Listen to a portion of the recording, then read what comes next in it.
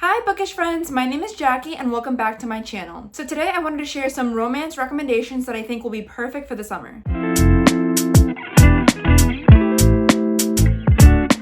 Alright, so my first recommendation is for the Soulmate Equation by Christina Lauren. This follows Jess, who is a single mom and a data analyst, and she ends up participating in a DNA-based dating program, and she ends up getting matched with Dr. River Pena, who is someone that she initially disliked, but they have to have a fake dating relationship because they have to prove that the app is actually successful, and it really grapples with the question of whether science can find us our true love match. It's a really interesting read. So I really like a lot of the side characters, including Jess's grandparents and her best friend, and River's sisters. They really add to the story, and I think they're really sweet characters. And I really enjoy the fake dating trope in this one. I like how they go from fake dating to having really feelings for each other. I will say there is a twist in this one, so I won't reveal what that is, but if you read it, I think you'll be surprised by what happens. The twist kind of takes away from it a little bit for me, but overall, I still love the story, and I highly recommend it. It is the perfect beach read, and it's one that you'll absolutely fly through. And I can't wait to dive into the True Love Experiment, which is the sequel to this one. Alright, so my next recommendation is for Excuse Me While I Ugly Cry by Joya Goffney. This is a debut novel from this author, and it follows Lynn, who likes to keep lists of everything. She does this to maintain her sanity, and she writes her fears on paper so she doesn't have to face them in person. But then her journal goes missing, and an anonymous account ends up publishing her list on social media, so her entire school sees her, and she gets blackmailed into facing her 7 greatest fears, or all of her lists will go public. She doesn't know who to trust, so she teams up with Carter Bennett, and so they have to figure out who this blackmailer is together. They go on a journey to experience all the things that Quinn has been afraid of, and she finds the courage to live authentically in her own life. It is mainly a coming-of-age story, but the romance between Quinn and Carter is really adorable in this one. I think that this one has a lot of depth to it, and it'll be a good one to keep you hooked. I think that you'll really enjoy it, and I highly recommend it.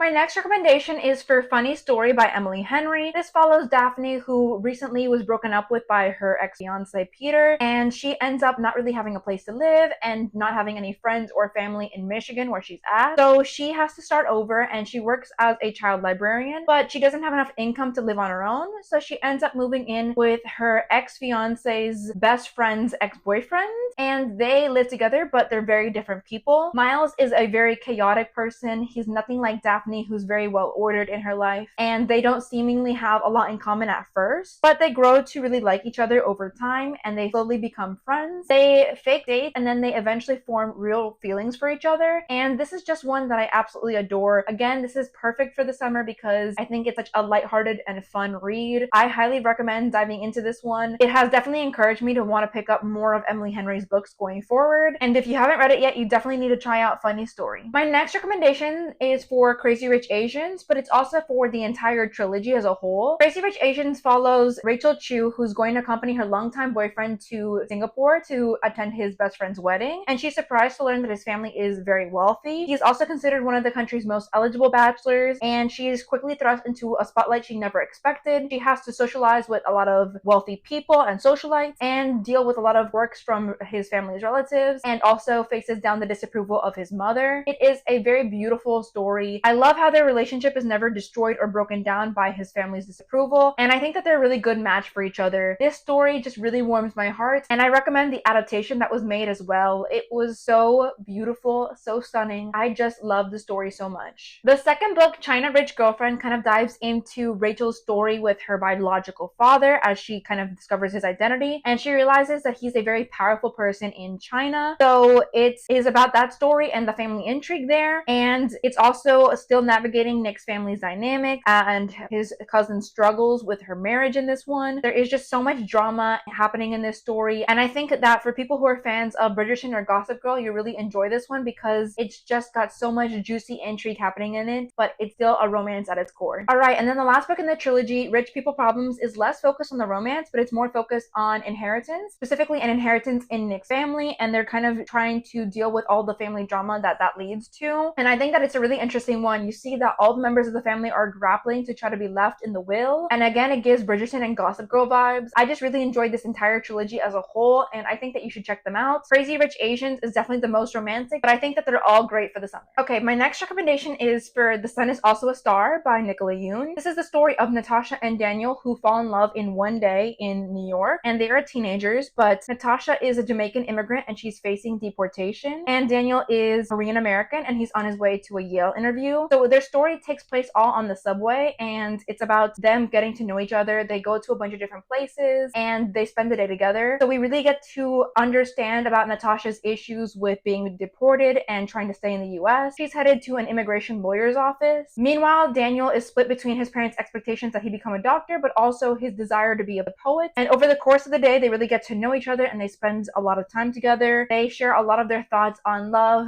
fate, the universe, and a lot of other deep topics like that. And their connection becomes really deep, and they question their beliefs and what path they're currently on. Natasha's beliefs are challenged in this one because she's very science-oriented and she's skeptical of love and faith. But Daniel likes to really embrace these ideas, and their interaction with each other really forces them to confront their biases about the other's feelings. And so we also get it mentioned the other characters whose lives are intertwined with theirs. The ending is very open, so you can make your own conclusions about what ends up happening after the end of the story. And I love that it lets you do that. I really enjoy stories that make you think and promote internal introspection. I think that this was a really beautiful romance. It's a little bit tragic, but still one that I highly recommend. And I know that there was an adaptation made of it that I also really enjoyed. So if you're interested in the book, you can also check out the movie. If you're looking for something that has some historical beats or has a change of pace, I recommend the Regency romance Lady August by Becky Michaels. This follows August Summer, who is a governess, and she's also the illegitimate daughter of an earl, so she inherits a lot of money. She's introduced to London society by her family, which includes a very scandalous aunt and a disapproving half-brother. And the solicitor named Samuel Brooks, who is the one that brings her the news of her inheritance, finds himself drawn to her despite the fact that he has promised to never marry. August falls in love with him, and she's determined to marry for love and not for convenience. And this story really explores the themes of societal expectations, love, and the struggle to overcome personal issues within the British aristocracy system, which is very rigid. I thought that it was a really beautiful Regency romance. I really enjoyed the story so much, and I highly recommend it if you're looking for something historical. I enjoyed the fact that she is a governess in this one, so she doesn't realize that she is going to inherit this fortune and she's thrust into London society. I just enjoy the fish out of water concept a lot, and I think that you'll really enjoy this one. The next book is a little bit bittersweet in its story, but it is Me Before You by Jojo Moyes. And quite a few years ago, there was an adaptation also made of this, but it follows Louisa, or Lou, who is a young woman that takes a job as a caretaker for Will, who is a very wealthy and adventurous man, but he was left paralyzed after an accident. And Will is very bitter and resentful of his new life. He doesn't really accept that he has these limitations, and he just isn't satisfied with his life. So Lou is brought on because she has a lot of cheerfulness, and with her bright nature, his parents hope that she will be able to brighten him and show him that he still has hope for life going forward. They eventually form a deep romantic relationship, but Will continues to struggle with his limitations and doesn't really know what the future holds for him. I don't really want to share anything else, but it was a very deeply emotional read for me. I cried with the ending of this one, so it's definitely bittersweet, but it's still one that I recommend. A beautiful story, and it's very interesting to explore disability from this lens of a person who was previously able-bodied and really liked going on adventures. It is difficult to see Will struggling with all these thoughts and just feeling like he doesn't have anything left for him in life, but it still is a romance book that I highly recommend for the summer. Alright, so my next recommendation is for Boyfriends Volumes 1 through 4 by Reef Rainbow. These were originally published on Webtoons, but they've recently been republished by Wattpad Books, and I've really been enjoying my time going through all of these. It follows a jock, a prep, a nerd, and a goth who are all get together and form a polyamorous relationship, and they face a lot of different relationship struggles throughout the volumes. In the first one, they're just getting together, and in volumes 2 and 3, you get to see their relationships deepening more and see them learn more about each other's friends and families, basically getting to know each other on a deeper level. And then by the end of volume 3 and going into volume 4, they're all moving in together for the first time. I just really enjoyed the story. I think it's a really sweet LGBTQ+